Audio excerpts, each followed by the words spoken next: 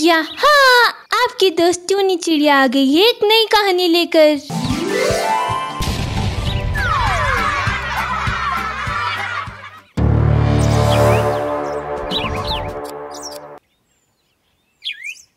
अंडों से निकली चुड़ैल।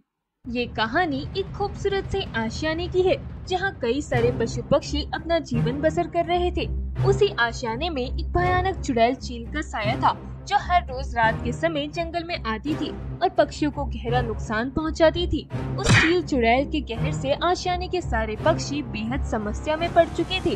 उस चुड़ैल चील से कैसे छुटकारा पाए, यही सब उपाय निकालने के लिए एक दिन आशियाने के सारे पक्षी एक स्थान पर जमा होते हैं।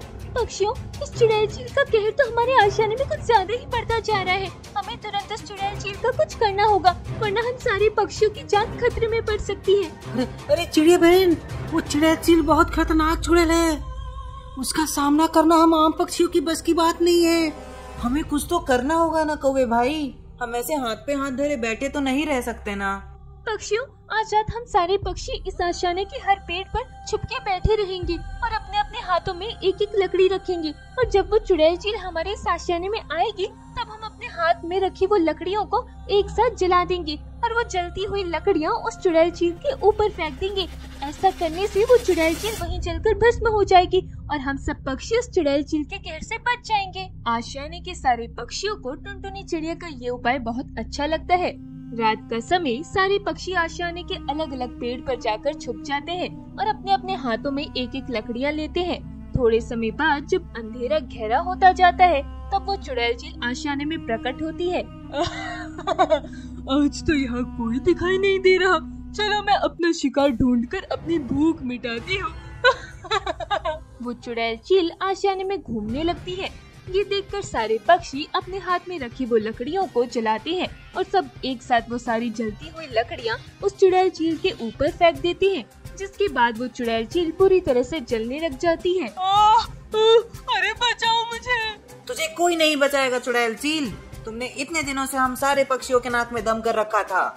आज तो तेरा सर्वनाश हम सारे पक्षियों के हाथ ही होना है। इतना खुश होने की जरूरत नहीं है पक्षियों, देखना मैं एक दिन जरूर आऊंगी और जब मैं इस आशियाने में आऊंगी ना, उस समय तुम सारे पक्षियों में से एक भी पक्षी जीवित नहीं रहेगा। मैं तुम सबको मारकर तुम्हारा खून पी जाऊंगी। पहले अपने आप को तो बचा ले चुड़ैल चील, बाद में हमें मारने की बात करना। वो चुड़ैल चील सारे आशियाने के पक्षियों के सामने जलकर वहीं खत्म हो जाती है। ये देखकर सारे पक्षी बेहद खुश हो जाते हैं और सब खुशी खुशी अपने घोंसले में जाकर सो जाते हैं। अगले दिन सवेरे भोलू तोता अपनी पत्नी से कहता है, अरे मीनी, तुम्हें पता है आजकल में हमारे अंडों से बच्चे निकल आएंगे। इतने वर्षों का हमारा सपना अब बहुत जल्दी पूरा होने वाला है। जी आपने सही कहा है, इतने वर्षों की हमारी अधूरी खुशी अब पूरी होने जा रही है। दोनों पति पत्नी बातें कर रहे थे, तभी तोता के एक अंडे में अचानक हलचल होती है और उस अंडे का ऊपरी परत फूट जाता है। ये देखकर दोनों तोता खुश होने लगते हैं। अरे देखो देखो, हमारा एक बच्चा अंडे से बाहर आ रहा है। तभी उस अंडे से वही भयानक चुड़ैल चील निकल आती है, जिसे देखकर दोनों तोते के होश उड़ जाते हैं। अरे बाप रे जी, ये अंडे से ये चुड़ैल चील कैसे निकल आए? इसे तो हम सबने मार दिया था ना। मैंने कहा था ना तुम सारे पक्षियों से, मैं लौटकर जरूर आऊंगी। अब मैं इस आशियाने का नक्शा ही बदल दूंगी। अरे मेरी भागो यहाँ से। दोनों तोते वहाँ से भागने लगते हैं। तभी वो चुड़ैल चील उन दोनों को पकड़कर वहीं मार देती है और उनका खून पीकर उन दोनों तोते को वहीं घोंसले में फेंक देती है।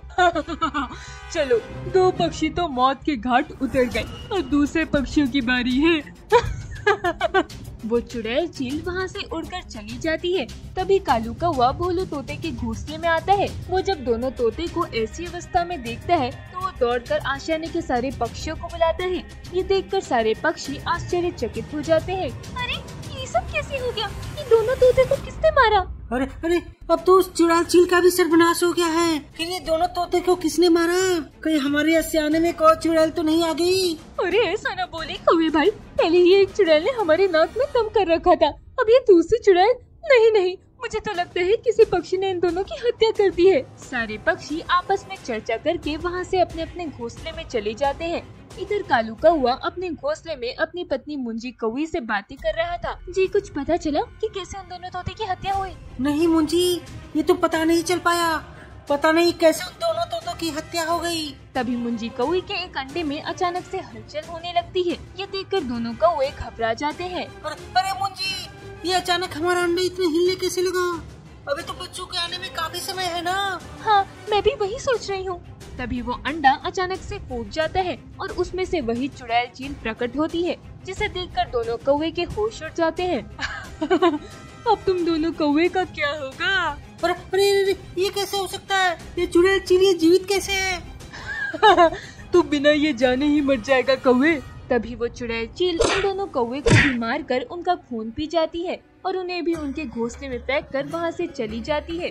जब आशियाने के पक्षियों को इन दोनों कौवे की मृत्यु के बारे में पता चलता है तो सब और ज्यादा दहशत में आ जाते हैं। ये सब क्या हो रहा है पक्षियों? एक ही दिन में अचानक से 4 पक्षियों की मृत्यु हो गई है। ये सब कैसे हो रहा है? कौन कर रहा है? मुझे तो बहुत डर लग रहा है। सारे पक्षी वही बातें कर रहे थे। तभी अचानक से सारे पक्षियों के घोंसले में से उनके अंडे अपने आप उड़ते हुए उन सारे पक्षियों के सामने आकर गिर जाते हैं। ये देखकर सारे पक्षियों के होश उड़ जाते हैं। वो सारे अंडे एक साथ जमीन पर पड़े हुए थे। तभी वो सारे अंडे आपस में मिल जाते हैं और उन सारे अंडों से एक बड़ा सा अंडा बन जाता है, जिसमें से वही चुड़ैल चील एक विशाल चील बनकर निकलती है। ये देखकर सब पक्षियों की आंखें फटी की फटी रह जाती है। अरे बाप रे बाप, ये चुड़ैल चील वापस कैसे आ गई और ये पक्षियों के अंडों में से कैसे निकली? ये चील तो कितनी बड़ी हो गई है। अरे भागो यहाँ से पक्षियों, वरना ये चुड़ैल चील हमें नहीं छोड़ेगी। कहाँ तक भागोगे पक्षियों? मैंने कहा था ना कि मैं वापस जरूर आऊंगी। अब तुम सारे पक्षियों का सर्वनाश मेरे हाथों ही होने वाला है। सारे पक्षी इधर उधर भागने लगते हैं। वो चुड़ैल चील एक एक पक्षी को पकड़ती जाती है और उन्हें खा जाती है। इसी तरह वो चुड़ैल चील सारे आशियाने के पक्षियों को पकड़कर खा जाती है। बस टुनटुनी चिड़िया अकेली ही जीवित बची हुई थी। अरे बाप रे, इस चुड़ैल चील ने तो सारे पक्षियों को खा लिया। बस मैं अकेली ही बची हूँ। अब मेरा क्या होगा? कैसे भागूं मैं यहाँ से? अब तेरा क्या होगा चिड़िया? तेरे आशियाने के सारे पक्षियों को तो मैंने खा लिया। अब तू कहाँ जाएगी? तभी टुनटुनी चिड़िया एक मधुमक्खी के छत्ते को देखती है और सीधा उस मधुमक्खी के छत्ते पर जाकर चिपक जाती है। ऐसा करने से सारे मधुमक्खियाँ हड़बड़ा जाते हैं और वो उस चुड़ैल चील को काटने लगते हैं। चुड़ैल चील अपने शरीर से उन मधुमक्खियों को हटाने में लगी थी। तभी टुनटुनी चिड़िया तेजी से उस आशियाने से उड़कर चली जाती है। इसी तरह टुनटुनी चिड़िया ने अपनी जान उस चुड़ैल चील से बचाई।